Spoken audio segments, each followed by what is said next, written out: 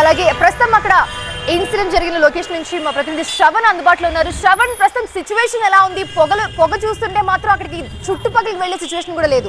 Sir, shopping complex open చేశారా? లోపల ఎవరైనా ఉన్నారా లేదా అని ఇన్ఫర్మేషన్ తెలిసిందా? ప్రస్తుతానికైతే షాపింగ్ కాంప్లెక్స్ ఓపెన్ చేసిన సమాచారం అయితే తెలియట్లేదు. షాప్ క్లోజ్ ఉందని చెప్తున్నారు. కానీ మైత్రివనం మెయిన్ రోడ్ మీద మైత్రివనం చౌరస్తా దగ్గర జరిగిన సంఘటన కావడంతో ఒక్కసారిగా స్థానికులందరూ భయభ్రాంతులకు గురవుతున్నారు. ఈ మైత్రివనం దగ్గర మైత్రి కాంప్లెక్స్ కి ఆపోజిట్ గా ఉన్న ఒక బిల్డింగ్ లో మెయిన్ రోడ్ ఉన్న ఒక బిల్డింగ్ లో మంటలు అంటుకున్నాయి. పచ్చ డీలక్స్ మెస్ గా అనుకుని మెయిన్ రోడ్ ఫేసింగ్ లో ఉన్న ఏదైతే షాప్ కనిపిస్తుందో, ఒక కమర్షియల్ కాంప్లెక్స్ కనిపిస్తుందో ఆ కాంప్లెక్స్ లో మంటలు వ్యాపించినట్టుగా తెలుస్తున్నారు. ప్రస్తుతం మనం ఎక్కడైతే చూస్తున్నామో ప్రస్తుతం ఎగ్జాక్ట్ గా మంటలు సుమారు 45 నిమిషాల ముందు అక్కడే మంటలు స్టార్ట్ అయినట్టుగా గుర్తించారు. వెంటనే పోలీసులకు సమాచారం ఇచ్చారు. వెంటనే ఇటు పోలీసులు రంగంలోకి దిగారు. ఫైర్ డిపార్ట్మెంట్ తో పాటు జిహెచ్ఎంసీ, డిఆర్ఎఫ్ బృందాలు, దాంతో పాటుగా కూడా 108 సిబ్బంది కూడా ఇక్కడికి రావడం జరిగింది.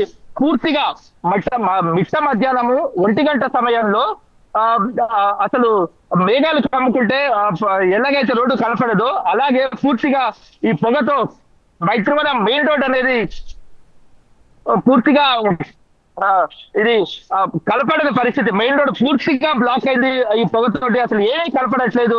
చుట్టూ కూడా ఎట్లయితే మేఘాలు కమ్ముకుంటే ఎటువంటి వాతావరణం కనిపిస్తుందో అలాంటి వాతావరణం పరిస్థితి చూస్తుంటే కాస్త భయానకమైన సిచ్యువేషన్ డెఫినెట్లీ లాగా ఉంది. కానీ ఇప్పటి వరకు అయితే ఎటువంటి ప్రాణ నష్టం జరిగినట్టుగా అయితే రిపోర్ట్ అయితే లేదు.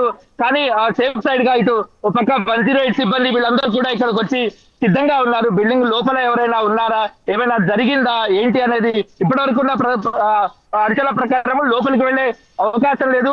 ముందుగా మంటల్ని అదుపులోకి తీసుకురావాలి. మంటలు అదుపులోకి తెచ్చిన తర్వాతనే లోపలికి వెళ్లే ప్రయత్నం చేయొచ్చు. లోపలికి వెళ్ళిన తర్వాత అసలు కారణాలు ఏంటి, ఏం జరిగింది, లోపల ఎవరైనా ఉన్నారు, ఇలాంటి విషయాల మీద క్లారిటీ రావాల్సింది. శ్రవణ్, ఆ కాంప్లెక్స్ లో చూస్తుంటే మనకి కేఎస్ఆర్ ఫ్యాషన్ కాకుండా ఇంకా చాలా షాప్స్ ఉన్నట్టు కనిపిస్తుంది. సో అసలు దాంట్లో మొత్తం ఏమేమి షాప్స్ ఉన్నాయి? ఎందుకంటే మంటలు వ్యాపించిన వెంటనే అంత త్వరగా బిల్డింగ్ మొత్తం వ్యాపించి అంత తొందరగా అంటుకుంది అంటే సో దాంట్లో ఏమున్నాయి, అసలు ఏం చెప్తున్నారు అక్కడ ఫైర్ సిబ్బంది కానీ లేకపోతే చుట్టుపక్కల ఉన్న వాళ్ళు కానీ?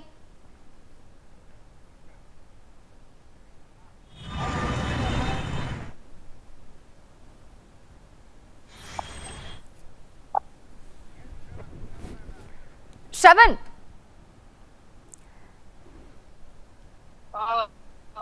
చెప్పండి.